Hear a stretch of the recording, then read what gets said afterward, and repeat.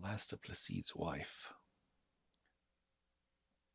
There's a positively feral light in those glorious eyes now, and the seductive mouth had ceased to be such, with lips drawn back from her teeth. Queer how I had not noticed before, though sharp and cruelly pointed those teeth were, like fangs. This is a shuddery story of Louisiana Cajuns, of corpses that screamed in their graves, and a woman who would not stay dead. Yes, Cajun vampires and werewolves battle it out in the Bayou. Tonight, right now, right here, right now. The last of PLACIDE'S wife, a thrill tale of fierce and bloody fight in a Louisiana swamp between a maddened group of Cajuns and a horde of vampires. I don't know where that accent came from, sorry. It must have been a fierce and bloody fight indeed. I heard excited talk of it as soon as I stepped from the train in La Branche. My duties as district highway engineer had brought me there before, and nearly everyone in the little town knew who I was. But they are folk shy in the presence of strangers, most of them in that rural, almost isolated section. I was an outsider, and sensed something of their talk kept apart from me as such. I heard only that there had been a wild fight the night before between the sheriff's men and a gang of murderous gypsies, though particulars were more than vague about the gypsies. On the island in the fork of the branch Bayou, they said it was, and that roused my interest at once. For it was there the highway department was building a difficult stretch of road no contractor cared to undertake. I hurried to the island, and what I found in the road camp brought me back at once to town. I had been told, almost definite information I had got, that I would find young Delacroix, the timekeeper and camp clerk, at the only hotel in La Branche. I located his room, and I entered in a considerable temper when he opened to my knock. "Come in, sit down," Delacroix greeted me pleasantly, waving to a chair, himself slumped casually upon the bed. His gesture embraced a bottle of whiskey, half empty, and that sat upon a table handy to his reach. "Have a drink?" "No, I won't drink," I snapped. "Is everybody else here drunk too? I went out to the job and I found 2 teams idling around, half a dozen laborers sitting stupidly on stumps. No engineer, no foreman, no timekeeper, nobody." "I guess so then," Delacroix agreed vaguely, pouring himself a drink. I was by now thoroughly exasperated. "You guess so," I exploded. You're like those laborers for all your 2 years at the university. The total information I got out of them was where to find you. They wouldn't even tell me where the foreman was, or Gregory." The latter, Gregory, was the department's section engineer. "They don't know where Gregory and the foreman are, but you'll never see them again," Delacroix informed mildly, after he had swallowed his drink. And then with sudden force, "Have a drink and keep quiet. Well, just keep quiet, I don't care, and I'll tell you about it. Sit down." Startled, I obeyed without thinking, dropping into the chair behind me. As I was on the point of rising and rescuing my dignity, Delacroix's words caught my attention. Forgetting my anger, I sat and listened. This is the meat of what I heard. "Old man Landry," Delacroix began, "had a son who was attacked one evening after sunset while he was hunting in the woods of La Branche Island. They found what was left of him next day. A small wound in his throat and his body drained of blood. Well, right away everybody said that PLACIDE'S wife had done it, The wife Placide the one, buried one night 12 years ago. You remember her, I know, 'cause you were here. He buried her because he thought he had killed her. But Nita, his wife, she come out of her grave, an undead thing who preyed on the living after sundown. Old Placide was her first victim, what? This dead alive woman who lay like a corpse in her grave during each day. Rose and walked abroad at night between sunset and dawn, seeking living victims to quench her thirst for blood. Old Landry's son was one of the first to fall her prey, nearly 11 years ago. They find him next day, buried him with a stake through his heart, So he did not lie when Anita left him, to arise the next night with his own terrible craving for blood, to be from then on another such thing as she. Oh, no, I'm not drunk. Not yet at any rate, I am trying to tell you what became of Gregory, why the road camp is almost empty. Do you want to listen or not? Well, anyway, Nita and those who fell into her clutches became like her, huh? They could not get off that island between the forks of La Branche Bayou, an island some 68 miles wide by nearly 15 miles long. Vampires, werewolves, you understand, cannot cross the running water. It is across this island that we have been building the new highway. One night, not very long ago, while I was telling Gregory the story of PLACIDE'S wife, there was a knock on the door. And who do you suppose was there?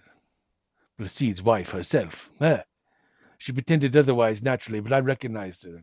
I called old Landry, who had hoped to meet her, and been prepared for a meeting ever since his son's death. He carried a gun loaded with silver bullets, blessed by the priest, the only kind what can kill a vampire. Benita ran to the woods before Landry came on, and I kept him following. In the forest with her pack around her, she would have made short work of that old man. Become the main thing in Landry's life, even up with Nita on account of his son, huh? He finally got so impatient that he went into the woods alone one evening, hoping to put a silver bullet into Nita. Doubtless he was a little crazy on the subject. It turned out that Nita got him. At least we found he had gone, and he did not come back. Gregory was sort of skeptical and didn't much believe the story I told him about PLACIDE'S wife. He insisted Nita was nothing but one of a band of gypsy thieves and murderers. Gypsies, tramps, and thieves. We heard it from the people in the town. But he was a special deputy sheriff, Gregory, so he could carry a gun on account of our payroll and things like that. And he was pretty mad, you understand.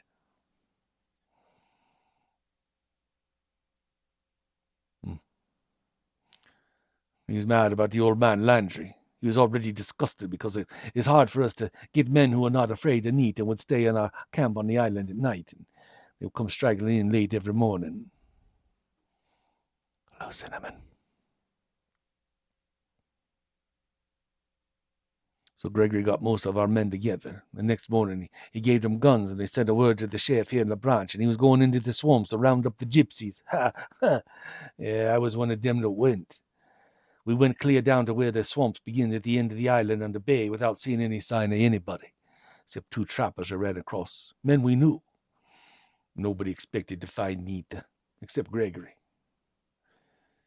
The men began to get uneasy late in the afternoon and decided to turn back before sundown and cut us away from our camp. Gregory didn't like it, but what was going to be do, huh? The men told him he could stay if he wanted, but they were all going back. Gregory used some language I wish I could remember. Me, I never can say what I want to when I'm mad, but he turned back with the rest. You haven't missed a lot, Cinnamon. There's somebody named Nita out there in the woods. They buried her 11 years ago, but somehow she still walks the woods and preys on people. There's the gist of the story so far. Sundown, they find us a good mile away from camp, deep in the woods. We still could count on nearly an hour of daylight, and Gregory sneered at the men's uneasiness because the sun had set, you see. But everybody else was uneasy, some more than others. The woods were thick, and in the fading light of the late day, dim and shadowy. Except for the noise we made ourselves, the forest was still and quiet. But it was an uncomfortable quiet, as if the trees all around us hid things that watched and waited their own time to show themselves. Suddenly, amid startled exclamations, we stopped in our tracks. Anybody would have stopped. I think we all saw the gleam and shape that barred our way at the same moment. In a little cleared space here stood a slender figure. A woman whose body gleamed in the red light of sunset like a statue carved from smooth old ivory. She was completely nude, except that the light breeze wrapped the ends of her shining black hair, which hung like a dark cloak almost to the backs of her knees. Careless about her hips, like. And poor Rick's missing it. Her face was the most beautiful I've ever seen in a woman. Beautiful, that is, except for the evil in her bright eyes and the cruelty in the smile of her scarlet lips. But there was nothing beautiful about her to us. Oh no, we knew that here was the thing we had hunted, and we had met at last with PLACIDE'S wife. Nita stood with that mocking smile, looking at us from between narrowed lids that slanted upward, a little at the corners. She seemed careless and amused, but I saw her nostrils twitch from where I stood. like any other wild, naked thing of the woods. Her eyes opened suddenly wide, and they blazed with the same light. The same light I've seen in a cat's eyes when she pounced upon a mouse. She waved one slim hand towards us in a swift, fierce gesture. The woods were suddenly alive. Silent, grinning figures, some clad and some as naked as she, sprang at us from among the trees. Without waiting for a word from Gregory, our men blazed away with shotguns and pistols. Gregory himself aimed squarely at Nita, and I saw his shotgun spit fired. Nita stood straightening forward on her toes, watching as her pack closed with us. Her lips drawn tightly back from her sharp-pointed teeth. I saw her laugh horribly as Gregory shot at her, and then she sprang at him. He pumped buckshot from his gun at a close range, and she merely gurgled with that horrible laughter, and she leapt at him. After that, I was too busy with a shock-headed and foul-smelling old devil who flung himself on me to bother with Gregory and Nita. It's horrible. Smelled like old mouldy cheese, he did. Nita's band, numbered about the same as ours, but they had the strength of oxen, they did. The thing with which I fought, for all his blazing red eyes and dripping mouth, looked like only a scrawny old man. But his hands were iron, and I was helpless in his grip. It seemed that I was tangled up in a web, and my arms would not move as I wanted them to. After the old man glared into my eyes, it was like a nightmare when you try to scream and groan, you cannot. Unable to do more than stare ahead with my eyes popping in fright, I felt the awful reeking mouth of that ancient horror drooling upon my neck, and dimly I heard Nita scream and felt the cold lips draw back from my flesh. Nita's voice kept on, sounding as if she moved swiftly from one place to another, and all about her was a snarling as of hungry beasts driven from their kills. Then everything swam in blackness. My head cleared. After a minute, I realized I was being carried along through the forest, thrown over the shoulder of that old creature who stank and who had fought me. I said he was old and scrawny, but he carried me as easily as a 10-pound sack of meal. We went through the woods as fast as a horse trots, trampling on my many feet, keeping pace with us, and I twisted my head about trying to see. We went through a dim open space. I twisted enough to look ahead at the dirty old one who carried me. And I saw Nita with Gregory slung on her back, leading away as easily as though she ran unburdened. Around and behind, the held pack ran with us. Each of them carried a man, and some of them seemed to be carrying double. All flitted through the woods silently and lightly as dark shadows. On we went, and I knew our direction more by instinct than otherwise, and toward the southern end of that island where the dank woods blend into the swamp that becomes a marsh lying along the gulf. Welcome, kayaker magic. Real quick catch up. There's a woman named Nita got killed and buried 11 years ago, and somehow she still walks the woods. And these folks are going out and hunting for her, and they found her and her pack. There, that's the catch up. Soon we were out in the swamp. Often I heard the suck of soggy earth that clutched at her hurrying feet. Once scubby water splashed into my down-hung face as the pack padded through a shallow pool of smelly, stagnant water. All this time we finally came to a stop. I lay quietly over that old one's shoulder. His arms were about my legs like bands of steel. Not even the thought of a struggle or escape came into my queerly dulled brain. When the troop finally halted, I dimly saw that we were in the middle of a large piece of dry land, slightly higher than the swamp around us, and almost clear of trees. The old stinking pig who smelled like mouldy cheese had carried me and let me slip head first to the ground. Thanks to the soft ground and none to him, my neck was not broken. It was bad enough at that. I sat up and I looked around that place. Other men, no doubt, also dropped like sacks of onions, or lying on the ground, or sitting looking stupid at me. A few were getting groggily at their feet. Not much showed plainly in the dark, but there were other figures with eyes gleaming like wolves standing over those on the ground or getting in the way of the few who tottered on the feet. All of these with glowing eyes or half-stretched their hands toward the ones they stood by, and at the same time all looking eagerly at something near where I sat. I looked to see what it was they stared at, and I saw that Nita was standing there. Her eyes were like glowing yellow coals. She had one hand out steady Gregory on his feet, and then she waved her others, a hand lazily toward the clump of bushes, and the shadows with the eyes pulled the figures upon the ground at their feet and prodded them in the direction. All at once the knoll began to glow with a dim bluish light, like a wet match in the dark. It came from nowhere, you understand, and did not seem to light the swamp beyond the wild knoll. The light grew stronger while my dirty old one pushed me along with the rest. Nita, she led me toward a covert of bushes, or almost in the middle of the knoll. Within these bushes, the blue light glowed stronger than anywhere else. Nita parted the growth and stepped through, leading Gregory. We pushed and jostled our way behind it. We scrambled through it into a circular open place, and in the center of which was a low mound of earth. Nita urged Gregory toward the mound and gently forced him to sit. She herself leaped up lightly and turned to face the rest of us, her body gleaming now like a silver column in the blue light. My old one pushed me closer, and the others crowded around. Nita looked us over carefully for a moment before she spoke. "There are two more, there we are," she said, evidently talking for the benefit of her pack. "I will keep the man I have taken." She motioned toward Gregory. "And also those other two." She paused and leaned slightly forward as the place hummed with angry murmurs and snarls of protest. Her eyes blazed from her narrowed lips, and she snarled back at them. "Pigs and cattle, I say that 3 are mine. I am first among you. The mother of the pack, I claim the rights." Her gaze rested on me. "I will take that one," she said, pointing. The smelly old creature had my arm tightened in his grip until his hard, skinny fingers sank into my flesh. "No," he screamed. "I caught this one. I keep him. Durand has 2. Take that one from him." The old one followed the point of her finger and observed a wolf-eyed one who held fast a pair of our men. They were 2 young fellows out of our grubbing gang, and though they stood as quietly as terrified sheep in the clutch of the one Nita called Durand, they were both husky, full-blooded youngsters.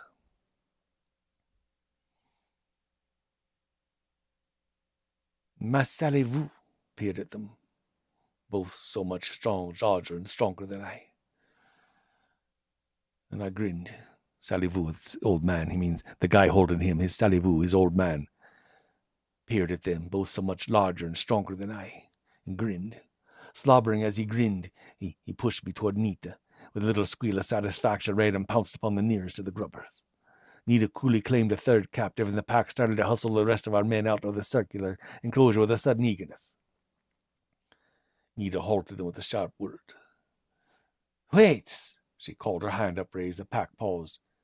"Remember," Nita continued, "there's a new one among us who must have a grave that he cannot dig himself.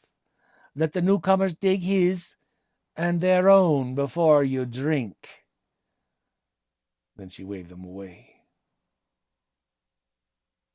Most of the dullness that had numbed my wits cleared with the transfer of that old thing's attention from me, and I suddenly observed one that I had not noticed before. I saw old Landry, he whom we had come to avenge, he whom died years ago, so we thought, pushing from the place as eagerly as any of Nita's crew. One knotted hand gripped a staring white-faced figure, a man he had worked beside a few days before that he regarded with greedy, blazing eyes. Landry was the recruit to whom Nita had referred. The place was left bare of all except Nita and us 3 she had claimed, Gregory, myself, and a youngish fellow named Alcide Barreau. Nita bent and smiled into Gregory's eyes.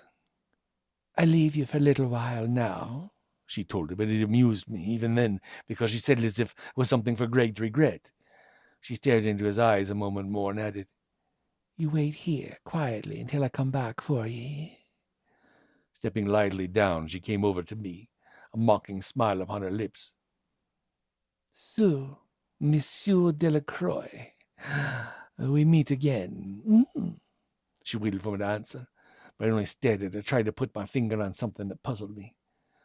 "This time you cannot call for old Landry to come with his silver bullets, as you did another time, when I knocked at your door in the road camp. This little talk is different, yes." That was it. Her talk. Queer, is it not, how trifles occupy my mind at such times? "Yes," I said. "Your talk is a whole lot different. The last time I heard your English, it was not so good." "Ha ha, Monsieur le Cajun," she mocked. "Your own is rather queer."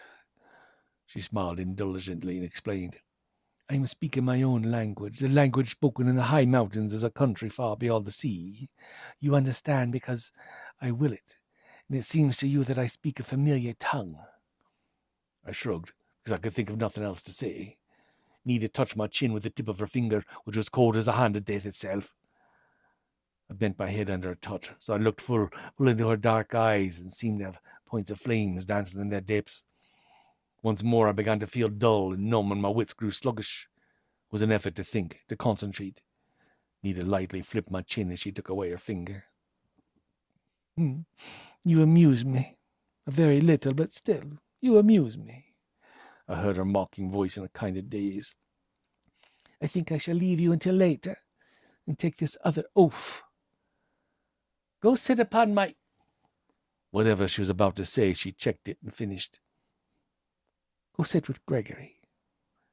With no thought to do otherwise, I went and I sat down as she told me.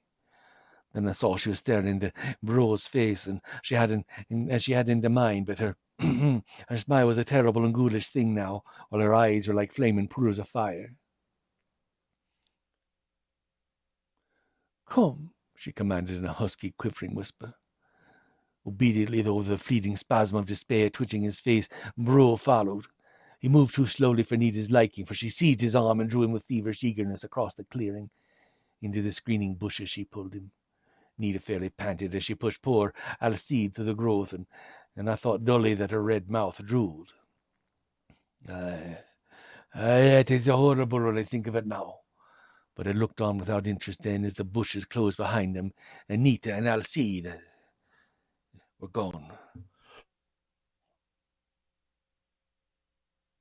How long old Gregory and I sat there alone, I have no idea. Neither of us spoke, and the time seemed to stand still. It would have been too much effort to talk or to move, or even lie back to rest. We kept motionless, I think, and we waited. Nothing at all mattered until Nita suddenly came back and smiled down at us. The fire had left her eyes, and she seemed younger. She seemed somehow refreshed. There was a smile of exhilaration on her beautiful red lips now. Those lips redder now than before. I saw the tip of her tongue lick over those lips with satisfaction. Poor Alcide. Nita dropped lazily down between us, smiling first at Gregory and then at me. Don't be so dull-witted, she reproved. She must have had some deliberate intentions of lifting the spell that kept us listless, for my brain cleared with her words, and I straightened as I sat, and so did Gregory. Nita leaned toward him. That is better, she breathed. It's been long since anyone except stupid, clod-like men, little better than brute beasts, came to this place. She reached out a hand, put it softly upon Greg's knee, her eyes half closed, smoldering with a fire different from the fierce light that had flamed in them earlier in the evening. There are other good things besides food and drink, and warm, salty drink. This body of mine is still a woman's. Is it not fair? She leaned lazily back upon her hands, and Gregory and I held our breaths together. Here was a gorgeous creature of pale ivory and ebony and scarlet. Pale ivory body, scarlet lips, long, loose hair, black and bewitching. Oh, she was beautiful. There was reason for Gregory to lean toward her, biting his lips, even though he knew now what sort of thing she was. Nita had said that she came from a far land. Her old ivory skin, with its hint of underlying olive tint in the upward slant of her eyes at the corners, told that she spoke the truth. The shameless creature lay back and laughed with brazen delight at Gregory's open fascination. Do you find me beautiful? She demanded naively. Sitting up quickly, she eagerly asked, Do you like beautiful things? Gregory stared at her without answering, but there was something in his silence that seemed to please Nita as well as words. Will you come to me willingly, Gregory, rather than as that of one of your men I had tonight, without my arms and love to make what happened, a care, a caress, and a promise of future delight in me? Will you take a love no mortal woman could give you? Suddenly she struck the earth with one small hand. Do you know what this is? Without waiting for answer, she told us. It is where I lie and rest during the day. Is it not a good place here in the heart of this swamp? No trappers or hunters come so far, and you will be safe with me. She laughed with sudden malicious merriment. Old Placide, that dear husband of mine, he showed me this place. There was a gypsy peddler who wanted both me and Placide's money. The money he got for his land when the oil was found on it. before I came to LaBranche and married him. The money was buried near our house, but Placide was frightened of the peddler, and he dug it up and he brought it here where he knew no one would ever come to look for it. I spied on him when he did it, and I followed him here. Afterward, I remembered this place. His money is there now at the head of my earthen couch. She laughed gleefully again, but sobered quickly. She leaned toward Gregory, and her voice was vibrant with passion. Gregory half raised his hands, and her nude, pale body writhed in his arms. I stared, you can imagine, with my mouth open. I was astonished at Nita, but I was ashamed of Gregory. I was thinking of poor Alcide, you understand, and then in a flash I comprehended. Nita's wild mood fixed her interest on him, and Gregory played up to her so she would not notice me. He was forcing himself to hold her close, swallowing his disgust, to bend his head to those unclean red lips so that I might slip out and escape. As Gregory seized Nita in a sudden fierce grip that I thought was fine acting indeed, I crept on hands and knees behind her back, toward that place through which she took Alcide. Creeping through the bushes, I came on something that caused me to jerk upright. Scratching my face and the twigs around me, I looked down into the dead, staring face of Alcide and shivered all over as I made the cross. Behind me was that mound in the darkness with the glow like phosphorus hanging around it, and two dark forms so close together they were like one. Not until that minute did I fully realize the awful nightmare of that place and the things that lived there. All my life I had heard tales of vampires and werewolves. I had listened to the stories of Placide's wife, and how men had gone into this same swamp and not come back. True, I wondered, and I had been careful to keep in camp after sundown, and since we'd been on the island, but the tales had been tales. This was something else. I felt the little silver medal hung on a cord around my neck, and I whispered to all the saints I could remember, "Hey, you can believe that." Very carefully I poked my head out and looked around. There was not much of a moon. All I could see at first was the other mounds that covered the flat knoll under that bad moon arising. The bluish glow that had lighted up the place when we first came had died away, but there was that sort of phosphorus haze about some of the mounds, and I gradually made out some dark objects lying and hunkered up on all of them. In most cases, there were two of them on each mound, one lying across the other. In a flash, I knew what those dark shapes were. One of each pair was a man of our party.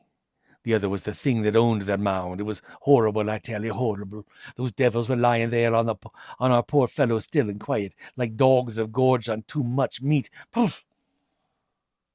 I remember that I didn't have time to get sick at the stomach. You comprehend. I wanted to be going, to get away from there and bring back help to Gregory. The way we had come was mostly over a dry path through the swamp. I wondered if I could slip across the knoll and get back the same way. I started to find out, crawling on hands and knees and holding my breath to keep from making a sound. One of the mounds was close by, but I crawled past it without anything happening. After a little going further, I saw that whichever way I turned, there was nothing for it but to creep between two more. I went forward inch by inch. Slowly I turned. Cold sweat reddening down into my eyes, but the things lying on the mounds kept lying there. They were so close together I had to crawl near enough to see that the mounds were heaps of turned-up raw clods. There was an open hole to the side of them. Dully, I wondered how much trouble it was for the things to pull the dirt in on top of them when they crawled into their holes at sunup. My heart stood still when one on my right hand made a noise in its throat and moved a little. But it was quiet after that, and I crept on. There was not much farther to go until I would be on the path of the swamp. One more heap of raw clods I had to pass, but there was a clump of those low bushes near it, and it would hide me as I passed. I reached the bushes when a low, squeaking noise made me sink flat on my stomach. I listened, my ears strained like my nerves, and I heard it again. It seemed to come from over my head. I looked up. The white skeleton of a dead cypress stood on either side of the grave the bushes grew by. Hanging to the lowest limb of the dead trees was a black something that looked like a bat. Only it couldn't be. But it was, a bat as big as one of those buzzards hanging there by its feet, making overgrown squeaks as bats do in their sleep. I went around the bushes. hugging the ground. I had that bad all figured out, you understand. There'd been only one black splotch on those clods under the dead cypress. That giant bat was too much in my mind. I didn't notice where I was going. Something moved out there ahead of me. I had run right onto one of those vampire nests. Two glowing eyes glared into mine, and a great wolf thing that I knew was no wolf rose up from on the other side of the hole, not 20 feet away. The old wolf snarled. I could see the gleam of its teeth in the dim moonlight. I knew that I was caught, that I had to run for it. There was no use in waiting there for that thing to come slobbering at my throat. The swamp was right ahead of me. I jumped and I dashed for it, and the wolf howled and dashed after me. Never did I go anywhere as fast as I went from that place. The howls of the wolf behind me roused the knoll. A dozen howls answered as if that many vampires took up the chase in the form of wolves. I had no thought of path now, but plunged in blind fear through the swamp. Once more I felt the little silver medal hung around my neck. The wolf panted at my heels, and only my terrible fright kept me ahead of it for so long. It was bound to catch me. I could almost feel its hot breath on my back. I whirled just as the beast put on an extra spurt to bring up my shoulders. What good my bare hands could have done against that slavering terror I cannot imagine, but I threw them out instinctively. And then something strange happened. One clenched hand had torn the little silver medal from its cord around my neck. It was pure accident, understand. It was also accident that I cast that medal straight into the open maw of that mad beast as it sprang at me. For one terrible instant, I felt the hot, stinking breath of that thing in my face. And then it dropped down, bucking and making choking noises in its throats. Whether the silver medal of that little medal had anything to do with it, or whether it was a plain case of the wolf thing choking on, I never knew nor cared. The main thing was for me to go on with the thing while the going was good, and I did. Suddenly, out of the darkness behind me came a furious squeaking, and something beat at my head, scratching my cheek. It was a great bat, like the one I'd seen hanging on the dead cypress, and another joined it. The little eyes blazed like red fires of hate, and the things that beat at me were as heavy as a man's arms. They beat me down on my knees in the mud. The howling of the vampire wolves from the knoll came closer and closer through the swamp. Without thinking, I dug handfuls of the soft mud at my knees. I flinging the slimy stuff into the squeaking faces of the monster bats. It seemed to annoy them, for they squeaked furiously and darted up out of reach. I used the second before they swooped back to spring to my feet and stagger on. Then they were on me again, their heavy wings battering at my head, the claws and the wings scratching my face until the blood ran down onto my neck. A great fire-eyed owl swooped suddenly down and joined the bats. The werewolves were so close that I saw their dark forms, their flaming eyes, and there were other dark shapes running with them like men, with eyes that blazed like theirs. I felt the clinging mud beneath my feet go thin, and then become water and wet my ankles. I could go no farther. The heavy wings pounded at my head, and I slipped, and I fell sprawling, half choked with slimy water. I lay as I fell, lifting my head only to clear my nose and throat. The water slowly crawled against my chin, too exhausted to get up or even to move on, or to put my arms over my head to keep off those terrible wings. I waited without hope for an awful end. Aye, but nothing happened. The wolves came dashing up, so close I could hear their panting between yelps and snarling growls. Turning over on one elbow, I looked back and wondered. There were the wolves, whimpering and slavering, not more than a couple of yards from my feet, and red-eyed things in the shapes of men snarled there with them. In the air, half a dozen of the bats whirled and squeaked, and a pair of huge black owls with fiery eyes like saucers whirled with them. But none of the swooping things passed over my head. None of the whining pack sprang at me. Suddenly I knew what held them back. Years and years before, someone had sunk what was hoped to be an oil well on this part of the island.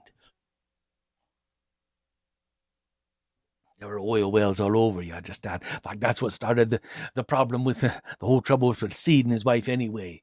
An oil well and money and a bought wife. Bad judgment.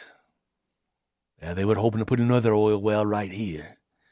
The well came in all right, flowing nothing but salt water, and was left there without even the casing being pulled. But after all these years, a little water still flows occasionally from that old well, and it seeps through the swamp to the bayou. A lay in water now that flowed, however shallow and sluggish. And those vampires could not cross or enter running water. nor even fly above it. 'Tis the rules, you see.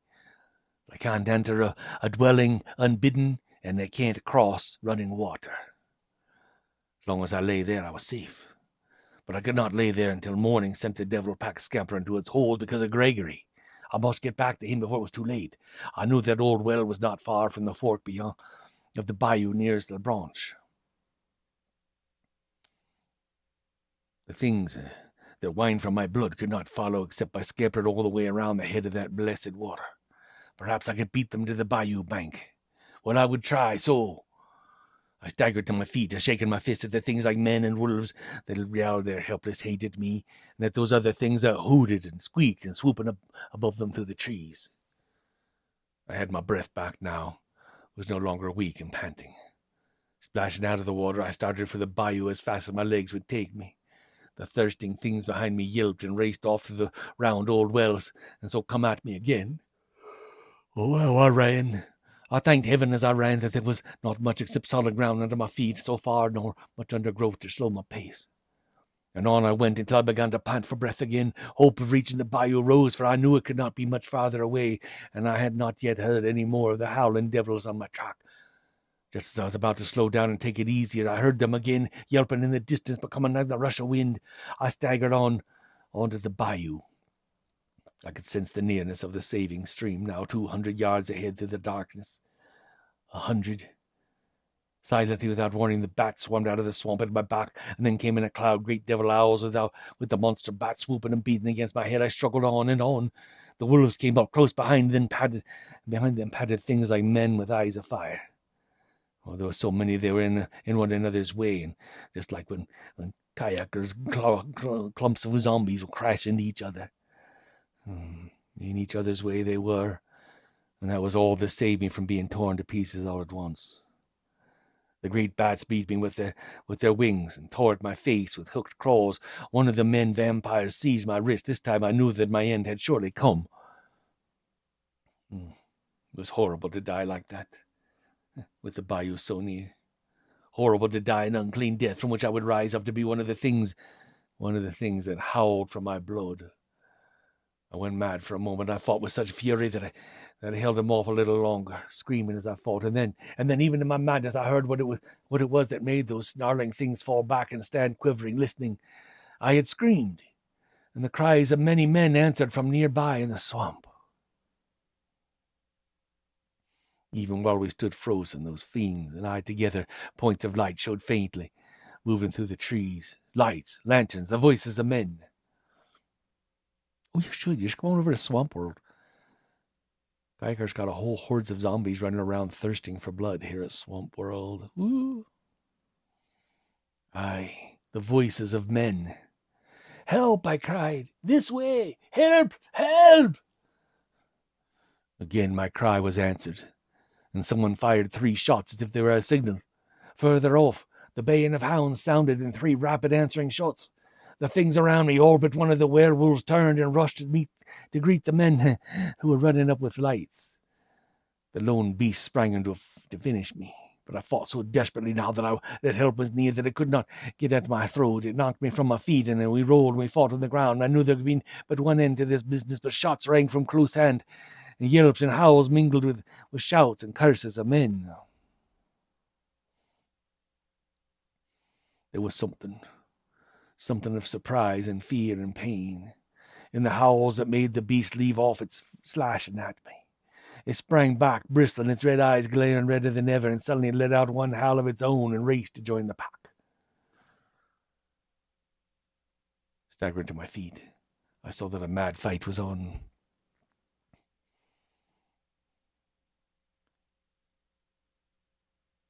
There among the trees. And they were fighting not just to be stealing baggage and backpacks and sundry. They were fighting for blood. Dark figures blazed away with guns that spit fire in the murk. Others stabbed at wolf and bat and red-eyed vampires in the shapes of men with pointed wooden stakes. Every time a gun roared, there'd be a shriek of agony. A bat thing would fall thudding to the ground. A wolf would spring high into the air, yowling its hate, or a thing like a man with blazing eyes would scream and fall writhing. But the guns were few, and the men with stakes for not having things all their own way. Some of them fell. I don't like to remember it. The vampires greatly outnumbered the others, you understand, but the baying of hounds came nearer and nearer. The dogs themselves burst into view, furious and eager to join the fight. They rushed in and yelped with sudden terror when they found what things they had to fight. Here were creatures no dogs could stand against. And the poor beast turned and fled. But other men as brave as those who kayak in the wilds of British Columbia, they followed the dogs, and 2 of these men had guns that joined the few already roaring. Now the odds changed, and suddenly something else happened. Except for maybe a dozen that were lying still on the ground, there were no vampires. The bats shot off through the bushes, wolves streaked into the trees. The things that looked like men faded into a gust of wind that swept away into the swamp. I stumbled forward and someone came to meet me. It was Chef Dessard.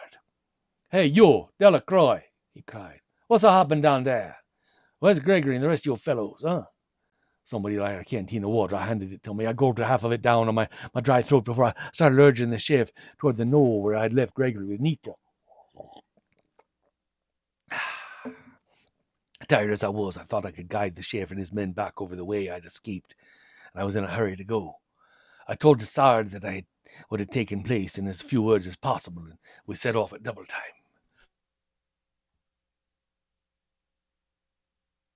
"They'll know we're coming, and not all of them were here," I warned the chef. Dessard was confident. "Yeah, I was in Baton Rouge this morning," he told me as we went. "In Legendre. René Legendre is his chef deputy, you know. Yeah, Legendre didn't know what to do until when Gregory's men came in with his note about old Jules Landry's disappearance, saying he was going to the swamp and round up the gypsies. I go back into town just before another men came in from your camp saying you fellows hadn't come back. It was 7 o'clock then, and I knew what happened. I was a grown man when Placides married that Nita, and I know as much about her as anybody I do. So I got me a gunsmith to jerk the lead out of enough bullets for 6 guns and put silver in them instead. That was all we had time to wait for, so I gave the rest of them some poles I had already sharpened, ready to stake out some pole beans I was growing. We took them by the church, and we wet them plenty in front of the holy water. I got a pint flask of holy water on my hip right here. 2. You can believe me, I was glad the sheriff was born in this country, and had more sense about some things than men who thought they were a lot smarter. Gregory, for instance. So, well, we came to the knoll all right, and a lot quicker than I had been in getting at the place. Getting away, the place was dark, but we could see red eyes glaring at us from out of the blackness. Them vampires, they're there, waiting for us, ready to fight for their nest. "Gregory!" Dessard shouted. "Where are you?" There was no answer, either then or when the sheriff yelled again, louder. We hesitated. Dessard called for all the men with lanterns to bring them to the front.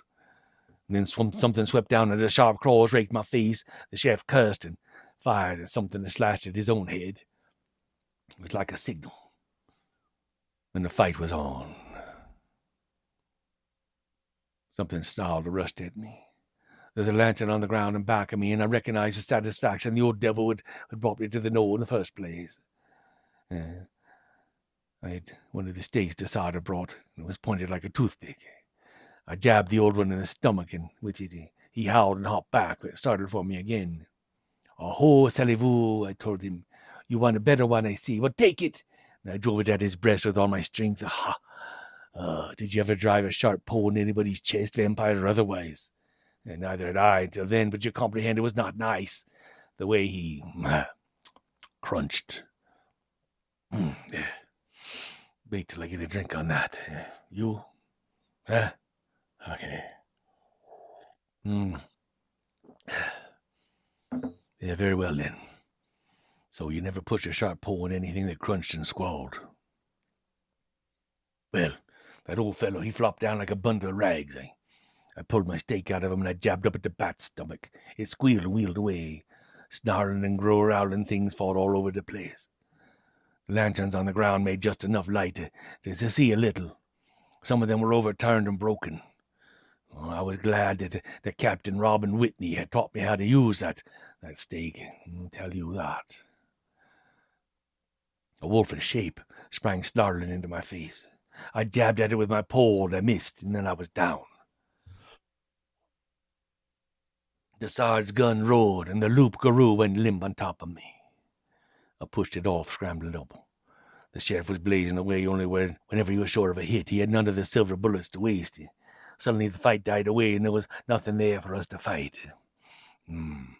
As before, the vampire pack had melted into the forest. Now, I reminded, we find Gregory and Nita. The Sard called a half-dozen men to bring lanterns and told the rest to hurry and surround the knoll and be on the lookout for a return of the pack. I rushed to the mound where I had left Nita and Gregory, the sheriff and the men with lanterns running in with me. Not sure what to expect, but in fear that Nita had run into the swamp with her pack, I pushed through the bushes. Whatever I thought to find, it was not what the lanterns on my back showed. Gregory was on his knees, holding tight to Nita, who struggled and fought in his arms like a wild thing. Silent, panting, she clawed at his face, and he hunched his chin tight on her shoulder to protect himself from her sharp teeth. "Quit fighting me," Gregory pleaded. "These are my friends. They won't hurt you." "Let me go, you fool!" Nita screamed at him. "Let me go!" Why she was not able to fade from his arms and whisk herself away, what had passed between her and Gregory that may have made her powerless in his arms, I do not know, but Gregory held tight to her, though she screamed now and fought like a mad thing. The Sard brushed past me. "Let her loose, Greg, let her loose!" the sheriff cried. "Move out of the way! I'll quiet her with a silver bullet." Nita screamed all the louder. The howls of her pack rang and ranged in closer. Gregory jerked his head around at us, unmindful that Nita seized the opportunity to bite savagely at his exposed neck. "No!" he cried in startled alarm. "She's mine from now on. I'll take care of her. She's mine. You won't have to worry about her now. Go away. Let us alone. She's mine, I say." What do you know about that? I thought Gregory was playing up to Nita so she wouldn't watch me and I could get away, and he meant it all along. Poor dumb-witted Gregory. He'd actually fallen for that blood-sucking thing. He put his body between her and Desard. He managed to stagger to his feet with her kicking in his arms. The sheriff thought Gregory was crazy. So did I, as far as that goes, and I think so now. No man could take a vampire in his arms and keep sane. The Sard was afraid to fire at Nita for fear of hurting Gregory. He seemed to have a sudden idea, for I saw him grab at his hip pocket. "Well, let's see what this'll do, then," he muttered, pulling out the flask of holy water. "I can sprinkle this on both of them." He slopped the water from the uncorked bottle on the pair, wetting Gregory as much as Nita. Greg started away with her, taking long steps, not seeming to mind the water, but she shrieked and howled, twisting as if Desard had poured acid upon her. "Close in," the sheriff cried to us. "Take her away from him. Let's finish this thing." Gregory heard him, began to run toward the swamp and Nita. Desard started to jump after them. Then, without any warning, Nita's pack burst from the knoll out of the woods, and the hell broke loose again. Howling, snarling, and squeaking, fiends like wolves and bats and men flung themselves upon us and between us and the poor fool who carried the mistress of them all. We were hard pressed for a minute, and 2 of our men went down and never got up, poor fellows. But heavy odds were with us in point of numbers, since we had killed at least a dozen in the first 2 fights, and there were still a few silver bullets in the guns. The vampires gave way, and then we realized that they were really beaten, and only fought to keep us away from Gregory and Nita. We punched and jabbed with the sharpened stakes now, and then a gun blazed, and whatever a sure shot offered. The blackness of the swamp was beginning to take on a grey tinge, and the holy water that burnt like acid from a xenomorph's blood was unfortunately expended. Under the threat of dawn, the howls of things became uneasy. We pushed on after Gregory with less resistance. The light grew, and we could see him staggering along ahead. Nita sagged limp and dangling in his arms. The things swirling around us, just out of reach, began to change their snarls to whimpers. 2 of them ran up to Gregory, fluttering around him. He shook them off and tottered on towards the banks of the bayou that showed through the greyness not far away. There was sudden silence around us for a moment, snarls and whimpers and hushed, and then as if at a signal, the vampire pack swirled and raced away behind us. Understanding flashed through my brain. It was queer how I felt a little touch of pity for those things. They could not face the sun, and they scampered away to their holes where we'd find them with our stakes before another night. Gregory stood swaying, facing us with his back to the bayou. We came slowly closer, seeing that his face was drawn and weary. He carried his dead weight that must have felt like lead in his arms. Nita hung limp, moaning. "Get back!" Gregory demanded hoarsely. "You can't shoot me, and I won't let you touch her. I'm too tired for it. But if you come closer, I'll jump in this bayou and try to swim across with her. If I drown, it'll be the same as if you murdered me." The Sod stepped slowly forward, empty hands outstretched, intending to try reasoning with him. Gregory misunderstood, turned to jump, even while a Sheriff cried to him, "Wait." Nita jerked suddenly to life, shrieking as she saw the water under them. "No!" she screamed. For a fraction of a second, while Gregory tottered on the bank, she bit and clawed and fought to tear his arms away. The Sod ran toward them and we with him, but we was too late. Nita gave one last awful scream of fear.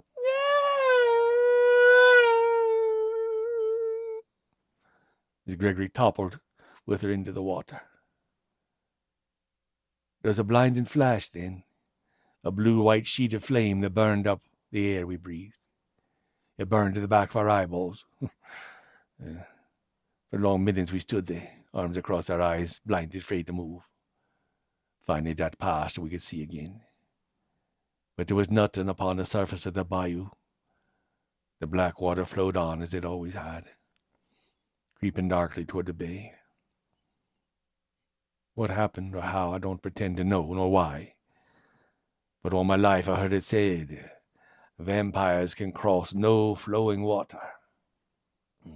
Gregory had tried to take Nita and that flame, and they were gone.